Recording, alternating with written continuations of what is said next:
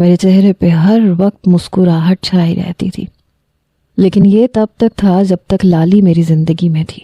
میں نے کہا تمہیں سمجھ نہیں آتی میں تم سے کیا کہہ رہا ہوں؟ نہیں کرنی مجھے کسی لڑکی سے شادی۔ تم کیوں میرے پیچھے پڑ گئی ہو؟ اب اگر میں تمہیں ڈانٹ دوں گا تو تم رونے بیٹھ جاؤ گی، قاسم بھائی سے میری شکایت کرو گی۔ میں تمہیں بہت شرافت سے سمجھا رہا ہوں زرنش، میرے سامنے اس قسم کے موضوع پہ بات مت کیا کرو۔ زرنش کہنے لگی دیکھا، پھر وہی غصہ، پھر وہی بدمزاجی۔ آپ کیوں نہیں مان لیتے میری بات؟ آپ ایک بار نور العین سے مل کے تو دیکھیں۔ آپ اسے دیکھیں گے آپ کی طبیعت باغ باغ ہو جائے گی۔ ارے اس کو دیکھتے ہی آپ کا سارا غصہ ختم ہو جائے گا، آپ کے چہرے پہ مسکراہٹ چھا جائے گی۔ میں نے کہا زرنش اٹھو یہاں سے، جاؤ جا کے فائلز ری چیک کرو۔ کہنے لگی بھاڑ میں ڈالیں فائلز کو، ان فائل سے آپ کی زندگی تھوڑی بنے گی۔ آپ نے اپنے آپ کو انسان کم اور مشین زیادہ بنا رکھا ہے۔ آپ میری بات مانیں، بڑے خوش رہیں گے۔ ایک بار نور العین سے مل کے تو دیکھیں، آپ کی طبیعت خوش نہ ہو جائے تو بے شک۔ میں نے کہا تمہیں سمجھ نہیں آتی؟ تم ہوتی کون ہو میری زندگی کے فیصلے کرنے والی؟ میں نے تو یہ اختیار کسی کو نہیں دیا، اپنے ماں باپ کو بھی نہیں دیا۔ تم ہوتی کون ہو فیصلہ کرنے والی؟ میرا لہجہ بہت بلند ہو چکا تھا۔ میں نے کہا دفع ہو جاؤ یہاں سے، اور آئندہ اپنی شکل مجھے مت دکھانا۔ وہ بری طرح سے گھبرائی، پھر میرے کمرے سے باہر نکل گئی۔ میں نے دونوں کوہنیاں ٹیبل پہ رکھ کے اپنا سر پکڑ لیا تھا۔ میں چاہ کے بھی اپنے اندر کی کڑواہٹ کو دور نہیں کر پا رہا تھا۔ میں نارمل نہیں ہو پا رہا تھا۔ پورا دن دوبارہ وہ میرے سامنے نہیں آئی۔ پھر میں اس کے بارے میں سوچنے لگا کہ اگر میری زندگی سے شوخ مزاجی ختم ہو چکی ہے تو ضروری تو نہیں ہے کہ میں دوسروں کی زندگی سے بھی چھین لوں۔ وہ تو ایک نارمل بات ہی کر رہی تھی، شاید میں ہی زیادہ ہائپر ہو گیا تھا۔ بار بار اسے سوری کہنا اچھا تو نہیں لگ رہا تھا، لیکن پھر بھی میں نے اسے 2 دن کے بعد سوری کہہ دیا۔ اس بار وہ کافی سنجیدہ تھی۔ اٹس اوکے کہہ کے کمرے سے باہر چلی گئی۔ میں نے بھی اس بات کو اگنور کر دیا کیونکہ زرنش میرے لیے کوئی بھی اہمیت نہیں رکھتی تھی۔ ایک بار میں آفس سے ذرا دیر سے آیا۔ جیسے ہی آفس میں اپنے کمرے کے دروازے کا نوب پکڑا تاکہ دروازہ کھول سکوں، تبھی مجھے اندر سے قاسم بھائی کی آواز آئی۔ زرنش تم جانتی ہو نا میں نے تمہیں یہاں کیوں رکھا ہے۔ تمہیں ہر حال میں آہل کے قریب رہنا ہے، اسے زندگی کی طرف لے کے آنا ہے۔ نہ تو تمہیں جاب کی ضرورت ہے اور نہ ہی تمہارے یہاں جاب کرنے کا کوئی مقصد ہے۔ میں قاسم بھائی کی بات سن کے کچھ کھٹکا۔ وہ کہنے لگی قاسم بھائی آپ بھی حد کرتے ہیں، اتنا سڑیل بھائی ہے آپ کا، وہ جینا چاہتا ہی نہیں ہے، اور جو خود سے جینا ہی نہ چاہے اسے میں کیسے زندگی کی طرف لا سکتی ہوں؟ میں نے بہت کوشش کر لی، اب اتنا بھی ہینڈسم نہیں ہے کہ میں اس پہ مر مٹوں اور اتنی بے عزتی کے بعد بھی اس سے بات کرنے کی کوشش کروں۔ ایک تو بھائی نے بھی صرف آپ کے سڑیل بھائی کی تصویر دیکھی اور میرا رشتہ اس کے ساتھ پکا کر دیا۔ آپ کے سب گھر والے جانتے ہیں کہ میں اس کی ہونے والی بیوی ہوں، لیکن موصوف کو کچھ بھی پتہ نہیں ہے، اور اس کے اوپر سے آپ نے میری ذمہ داری لگا دی کہ میں ان کے دل میں اپنی محبت جگاؤں۔ محبت زبردستی کا سودا تو نہیں ہوتا قاسم بھائی، میں اس انسان سے بالکل بات نہیں کروں گی، مجھے کرنی ہی نہیں ہے۔ میں تو جتنا حیران ہوتا اتنا کم تھا۔ میں نہیں جانتا تھا کہ ابھی تک جو کچھ ہو رہا ہے وہ پری پلانڈ ہو رہا ہے۔ قاسم بھائی اسے جاب کے لیے یہاں نہیں لائے تھے بلکہ میرے لیے لائے تھے۔ میرا خون کھول کے رہ گیا۔ یہ سب لوگ ہوتے کون تھے میری زندگی کا فیصلہ کرنے والے؟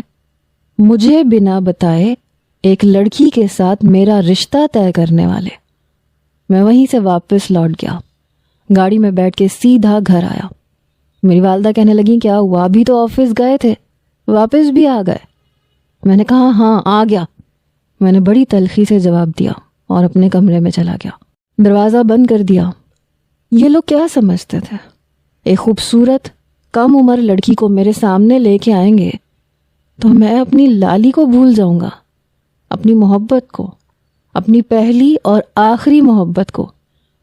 تو اس لیے انہوں نے مجھے پاکستان بلوایا تھا۔ اور وہ بے وقوف لڑکی، اسے تو میں چھوڑوں گا نہیں۔ میرے سامنے جان بوجھ کے احمق لڑکی کا کردار ادا کر رہی تھی تاکہ مجھے متاثر کر سکے۔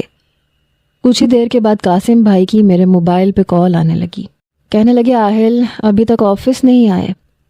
میں نے کہا بس کچھ طبیعت ٹھیک نہیں ہے، ایسا کریں میں کچھ دیر میں سائٹ وزٹ کرنے جا رہا ہوں، میں آفس کے نیچے آؤں گا، آپ زرنش کو نیچے بھیج دیجیے گا۔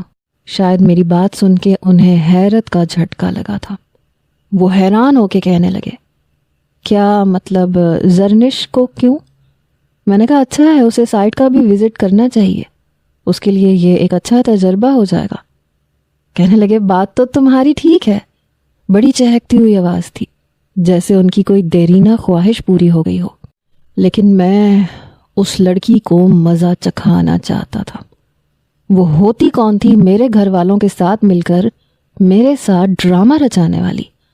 میرے دل کی مکین، میری لالا رخ کو ہٹا کے خود اس میں بسنے کی خواہش اس لڑکی نے کی تو کی کیسے؟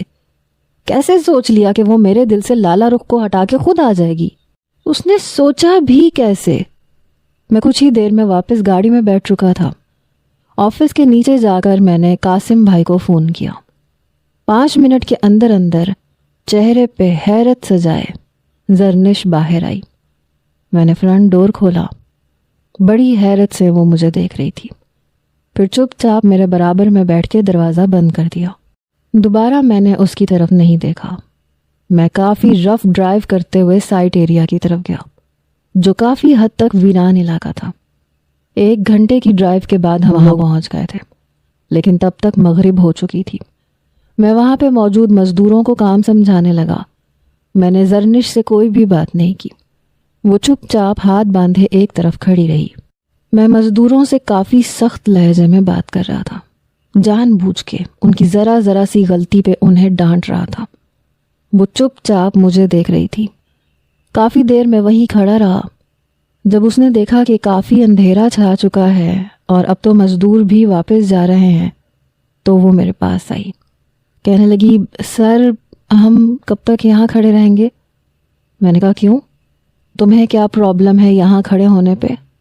جاب کر رہی ہو نا تمہیں تجربہ چاہیے، تو پھر اب تجربہ سیکھو۔ کہنے لگی کافی ٹائم گزر چکا ہے اور 1 گھنٹے کا راستہ ہے، میں اتنی دیر تک باہر نہیں رہتی۔ میں نے کہا تو کیا ہوا، کام کے لیے تو رہنا پڑتا ہے، اٹس یور ڈیوٹی۔ وہ کافی پریشان ہو رہی تھی کیونکہ تقریباً سارے مزدور جا چکے تھے۔ اس جگہ پر یا تو وہ تھی یا میں تھا۔ ابھی بھی میں اس نامکمل عمارت کو دیکھ رہا تھا جب وہ دوبارہ سے میرے پاس آئی۔ کہنے لگی سر پلیز مجھے گھر جانا ہے۔ شاید میرے ساتھ اکیلے کھڑے ہونے سے اسے خوف محسوس ہو رہا تھا۔ میں نے کہا کیوں اتنا ڈر رہی ہو؟ میں تمہیں کوئی نقصان پہنچاؤں گا؟ پتہ نہیں کیوں لیکن اپنے چہرے سے وہ پسینہ صاف کرنے لگی۔ کہنے لگی نہیں ایسی تو کوئی بات نہیں ہے میم، میں آپ کے لیے ایسا نہیں سوچتی۔ میں نے اپنے ہاتھ باندھے اور اسے غور سے دیکھنے لگا۔ میں نے کہا تو پھر تم میرے بارے میں کیسا سوچتی ہو؟ وہ کہنے لگی میں سمجھی نہیں آپ کی بات۔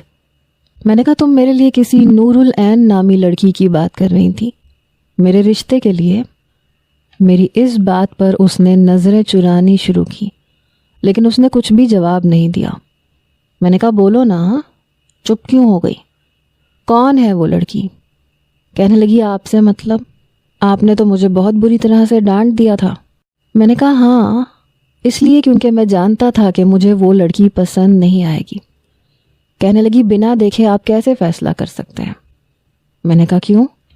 کیا بنا دیکھے کسی لڑکی سے شادی نہیں کرنی چاہیے؟ کہنے لگی ہرگز بھی نہیں۔ میں نے کہا اور بنا دیکھے کسی لڑکے سے رشتہ طے کر لینا چاہیے؟ میری بات پر اس کے چہرے کی رنگت اڑنی شروع ہوئی۔ کہنے لگی میں آپ کی بات نہیں سمجھی۔ میں نے کہا اوہ ریئلی؟ کیا واقعی تم میری بات نہیں سمجھی یا سمجھنا نہیں چاہتی؟ تم جان بوجھ کے مجھے بے وقوف بنا رہی ہو۔ کس سے پوچھ کے تم نے بنا مجھے جانے، بنا مجھے دیکھے مجھ سے رشتہ قائم کر لیا؟ صرف میرے ماں باپ کے کہنے پہ؟ کیا لگتا تھا تمہیں